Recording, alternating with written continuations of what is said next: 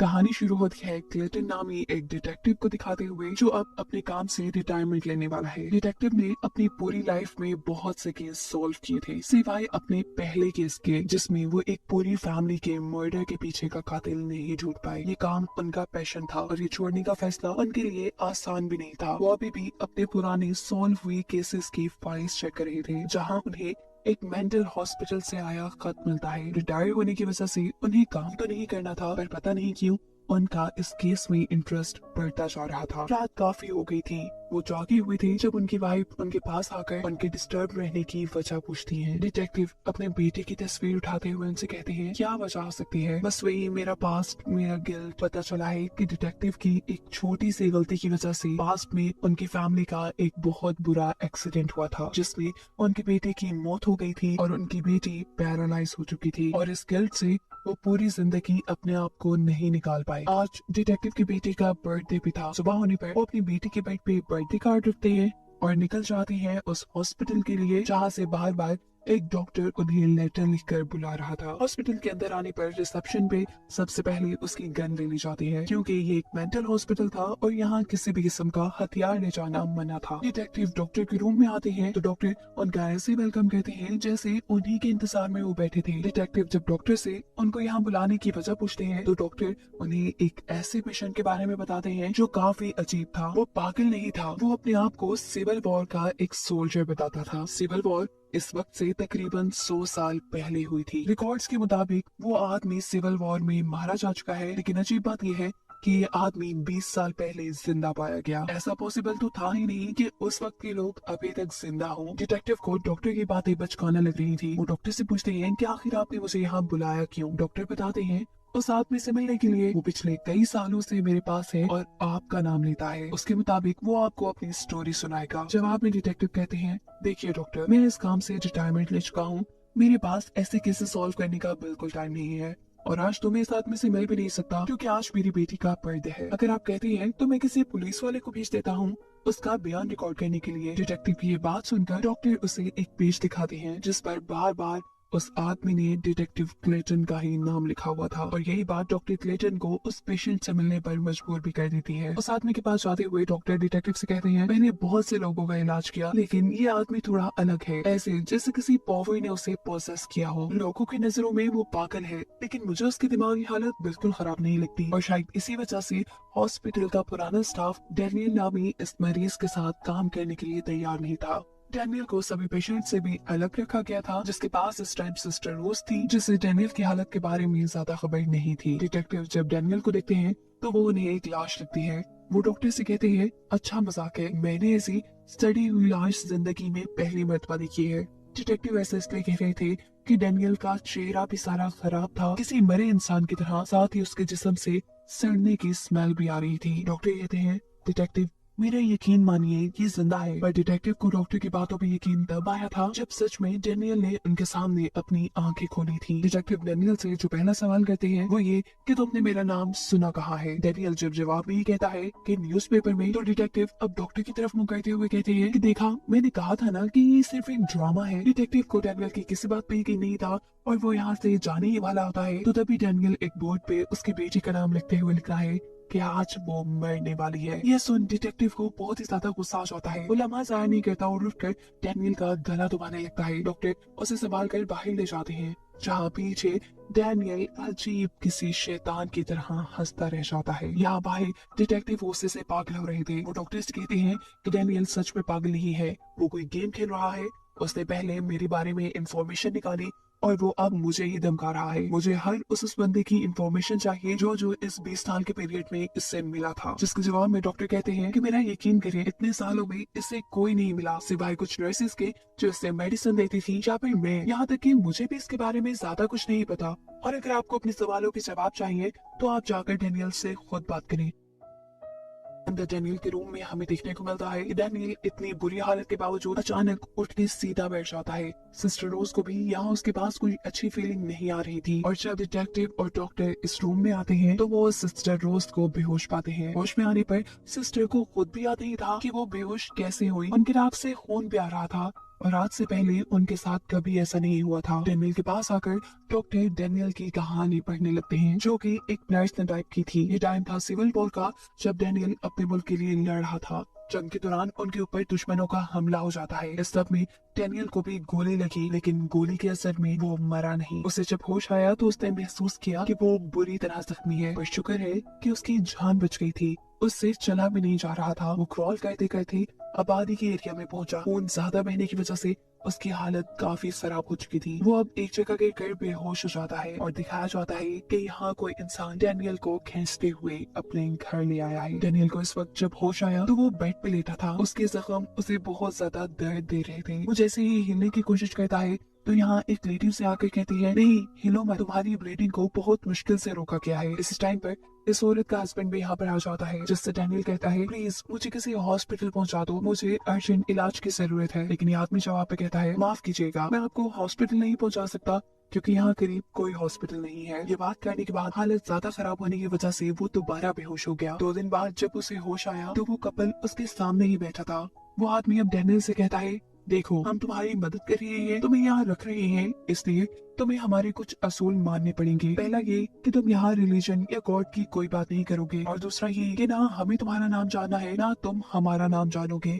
हम एक दूसरे को नामों से भी नहीं बुलाएंगे। यहाँ डेनियल उनसे रिक्वेस्ट करता है कि प्लीज आप मेरे साथियों तक मेरे जिंदा होने की खबर पहुंचा दे, वो खुद मेरी मदद को आ जाएंगे। लेकिन वो आदमी जवाब देता है, नहीं हम ऐसा नहीं कर सकते, क्योंकि ना हम जग का हिस्सा है और ना ही बनना चाहते हैं।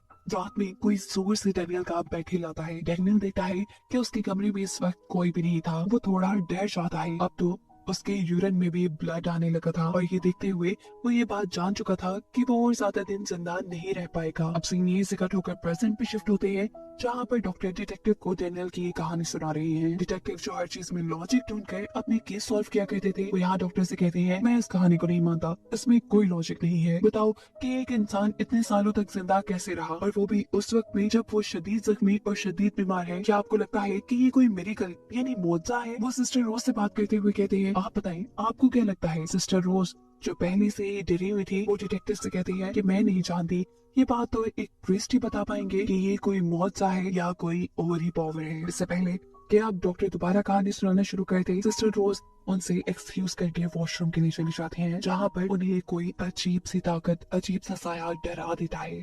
यहाँ डिटेक्टिव डॉक्टर से पूछते हैं कि डेनियल की ये कहानी किस टाइप की। डॉक्टर बताते हैं कि एक नर्स टाइप की थी, लेकिन वो ये टाइप करते ही मर गई, उनको खतरनाक किस्म का कैंसर। इन्हीं बातों के दौरान यहाँ सिस्टर रोज उनके पास आती है और उनसे कहती है, प्लीज ये सब जो हो रहा है इसे रोक दें। मुझे लगता है कि उस रूम में डेनियल नहीं है, उस रूम में कोई एवल पावर है। सिस्टर रोज अब इस कहानी को और सुनना भी नहीं चाहती थी। वो इन्हें यहाँ किसी प्रीस्ट को बुलाने को कहती हैं, लेकिन डिटेक्टिव जिसे भूत प्रेत पे बिल्कुल यकीन नहीं था, वो कहता है, नहीं हम ये कहानी आज ही पूरी करेंगे और इस किस्से को आज ही निपटाएंगे। डॉक्टर कहानी सुनाने शुरू करते हैं और पास्ट में सीन वहीं से शुरू होता है जहाँ डेनियल की हालत काफी खराब है। डेनियल अभी उसी कपल के घर पे है और उसे इस घर में कुछ अच्छी वाइब्स नहीं आती।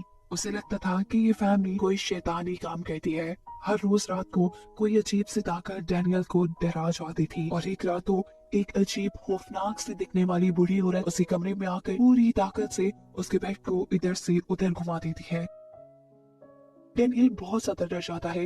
वो यहाँ से भागना चाहता था, लेकिन जख्मी होने की वजह से वो एक कदम भी नहीं चल पा रहा था। सुबह होने पर डेनियल इस घर के मालिक से इस घर की हिस्ट्री पूछता है, तो वो औरत बताती है कि ये घर उसके पेरेंट्स का था। वो लोग कई सालों से यहाँ रहते हैं, लेकिन पिछले 10-11 सालों में उनके साथ कुछ अजीब चीजें हुई। जैसा कि एक दिन उसकी मॉम जब जंगल में गई तो वापस लौटने पर उनकी हालत काफी अजीब थी। उनका चेहरा ऐसे हो गया था कि जैसे वो मर गई हूँ। जिसम में से सड़ने की बदबू आती थी, यहाँ तक कि वो चल भी नहीं पाई। फिर ये अजीब किस्म की बीमारी मेरी बेटी को भी हो गई। जब मेरी बेटी ठीक होती थी तो मेरी माँ बीमार हो जाती थी, और जब माँ ठीक होती थी तो मेरी बेटी बीमार हो जाती थी। हमने बहुत से डॉक्टर से इलाज करवाया, लेकिन वो डॉक्टर ही मर गए। तुम्हें जो रोने की आवाजें सुनाई देती हैं, वो मेरी बेटी की ही हैं। अगर तुम उन आवाजों से डिस्टर्ब होते हो तो मैं तुम्हारे कमरे की सारे खिड़की दरवाजे बंद कर दूंगी। डेनियल कहता है कि यहाँ कोई बुरी औरत भी मुझे डराने आती है। इस औरत को लग रहा था कि डेनियल उसकी माँ के बारे में बात कर रहा है, जो काफी सालों से चल भी नहीं पाई, और अपनी माँ का मजाक उड़ाते देखकर वो इस आदमी को खूब डांटती है और कहती है कि तुम मजाक उड़ा रहे हो हमारा। डेनियल कहता है, नहीं नहीं, मैं मजाक नहीं उड़ा रहा, मुझे सच में कोई बुरी औरत डराती है। वो कोई और ताकत भी हो सकती है जिसका ये औरत कोई भी जवाब ना देते हुए यहाँ से बाहर चली जाती है। और सीन कट होकर दोबारा प्रेजेंट में शिफ्ट होते हैं, क्योंकि अभी अभी डेनियल ने अपनी कहानी में किसी इवल पावर का नाम इस्तेमाल किया था और सिस्टर रोज को भी ये मामला किसी एवल पावर यानी किसी शैतानी ताकत से रिलेटेड लग रहा था। इसलिए अब सिस्टर रोज को तो उसकी बातों पे यकीन आना शुरू हो जाता है, लेकिन डिटेक्टिव उसकी बातों पे यकीन नहीं करने वाले थे। वो डेनियल से पूछते हैं, आखिर बता भी दो कि तुम हो कौन और ये सारी कहानी तुम घर क्यों रहे हो। इससे पहले कि डेनियल कोई जवाब देता, डिटेक्टिव को याद आता है कि आज उनकी बेटी का बर्थडे है, उन्हें घर वापस जाना है। वो यहाँ से निकल जाते हैं और बाहर जाने पे उन्हें पता चलता है कि बहुत तेज बर्फबारी हो रही है। वो अपने घर भी नहीं जा पाएंगे। लाचार उसे हॉस्पिटल के अंदर वापस आना पड़ता है। डेनियल की टाइप हुई सारी कहानी उसके हाथ में थी, जहाँ वो नोटिस करता है कि उसकी कहानी में बहुत से कैपिटल अल्फाबेट्स हैं, जिनको मिलाने से कुछ वर्ड्स बन रहे थे। अब वो क्योंकि यहाँ से बाहर तो जा नहीं सकते थे, तो रास्ता उनके पास यही रह जाता है कि वो इस कहानी पे ही सही से रिसर्च करें। उन्हें अब डॉक्टर पे भी शक होता है कि कहीं वो तो उससे कुछ छुपा तो नहीं रहे, इसलिए वो छुप कर डॉक्टर के रूम में जाकर वहाँ की तलाशी लेना शुरू करते हैं। उसे डॉक्टर के रूम के पीछे एक और रूम नजर आता है, जहाँ पर डेनियल की केस की फाइल्स रखी हुई थी। इस फाइल में डेनियल की पुरानी तस्वीरें थी, जहाँ डेनियल ने कई मरतबा अपने जिस्म पर डिटेक्टिव क्लेटन का नाम लिखा था। वो अब डॉक्टर के पास जाते हैं और उनसे डेनियल का पुराना कमरा देखने की डिमांड करते हैं। यहाँ आकर डिटेक्टिव डॉक्टर से कहते हैं, अगर कुछ और भी आप इस केस के बारे में जानते हैं तो मुझे साफ साफ बता दें। जिसके जवाब में डॉक्टर कहते हैं, जितना मैंने आपको बताया यही बस मैं जानता था। और एक अजीब चीज ये भी थी कि इससे पहले डेनियल जिस हॉस्पिटल में था, उस हॉस्पिटल के लोगों ने डेनियल को वहाँ से बाहर निकाल दिया, क्योंकि उनका मानना था कि जो डेनियल के पास ज्यादा देर रहता था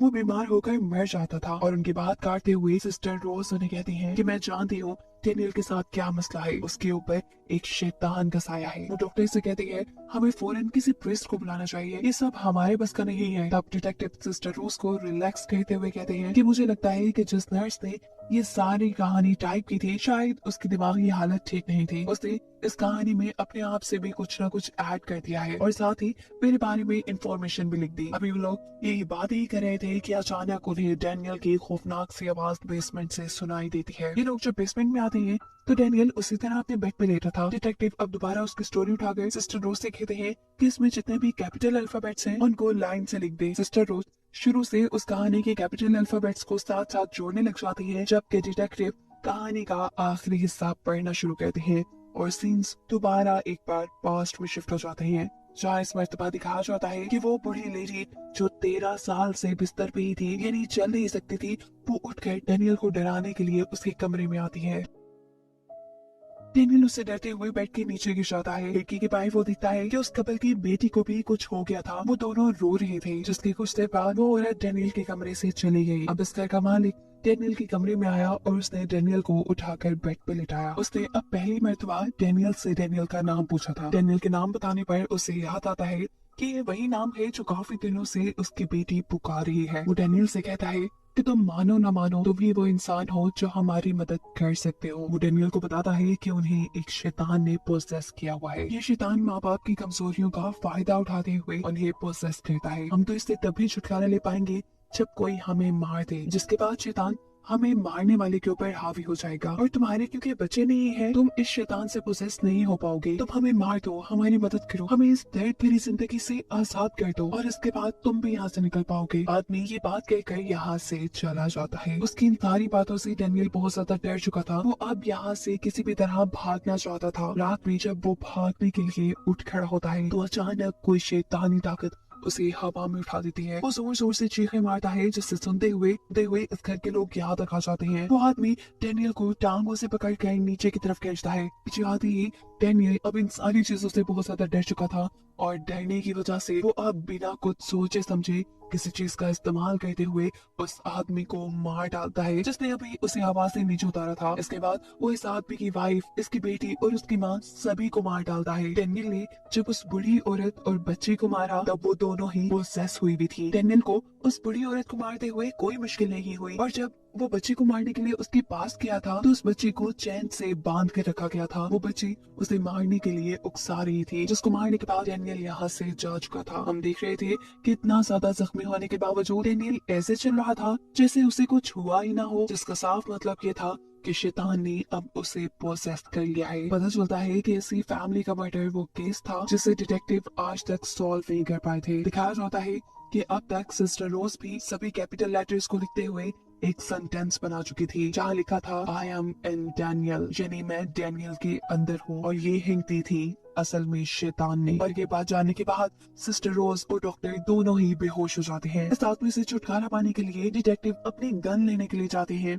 वो जैसे ही गन लेकर लौटता है तो अब डैनियल उसे खड़ा हुआ उकसा रहा था अपने आप को मारने के लिए। डैनियल के अंदर असल में शैतान बोल रहा था। डैनियल के मरने के बाद वो अब डैनियल की बॉडी को छोड़कर डिटेक्टिव की बॉडी को पोजेस कर लेता, क्योंकि जैसे हमें ये बात पता है कि ये शैतान माँ बाप की कमजोरियों को टारगेट करता है, तो फिर इस मामले में डिटेक्टिव तो पहले से ही कमजोर थे। वो हमेशा से इसे गिल्ट पे थे कि उनसे उनका बेटा मर गया और उनकी वजह से उनकी बेटी पैरालाइज थी। डैनियल इस वक्त पर क्लेटन को समझाने की कोशिश करता है कि वो डैनियल को ना मारे वरना शैतान उसे पोसेस कर लेगा। पर डैनियल की बॉडी के अंदर मौजूद शैतान डिटेक्टिव को बार बार उकसा रहा था डैनियल को मारने के लिए, क्योंकि वो डैनियल की बॉडी में रह कर तंग आ चुका था। उसकी बात मानते हुए डिटेक्टिव डैनियल को गोली मार देते हैं और ऐसा करते ही शैतान ने डैनियल की बॉडी को छोड़कर डिटेक्टिव की बॉडी के ऊपर कब्जा कर लिया। उसे पोसेस करने की वजह से उसका फेस बिल्कुल बदल जाता है, उसके अंदर से भी स्मेल आना शुरू हो जाती है और उसका चाल चलन भी बदल जाता है। वो सीधा अपने घर जाकर अपनी बेटी के कमरे में जाता है जहाँ शैतान अब उसे उसकी बेटी को मारने को कह रहा था। लेकिन डिटेक्टिव एक मेंटली स्ट्रॉन्ग इंसान था। वो इतनी जल्दी शैतान की बातों में नहीं आता। अपनी बेटी और अपनी फैमिली को बचाने के लिए वो यहाँ अपने आप को ही खत्म कर देता है। अब क्योंकि किसी और ने डिटेक्टिव को नहीं मारा था तो शैतान किसी और की बॉडी में ट्रांसफर हो भी नहीं सकता था। शैतान को ऐसे उसकी भी बॉडी छोड़कर यहाँ से जाना पड़ता है। डिटेक्टिव की बेटी के लिए उसके बाप का उसकी आंखों के सामने मरना एक सबसे दर्दनाक मोमेंट था। वो अपनी मॉम के साथ गले लगकर रो रही थी, जबकि दूसरी तरफ हमें हॉस्पिटल में डैनियल को दिखाया जा रहा था जो अभी तक जिंदा है। वो अब कितना अर्सा जिएगा किसी को नहीं मालूम। उसके साथ यहाँ सिस्टर रोज और डॉक्टर को जिंदा दिखाते हुए ये कहानी यही खत्म हो जाती है।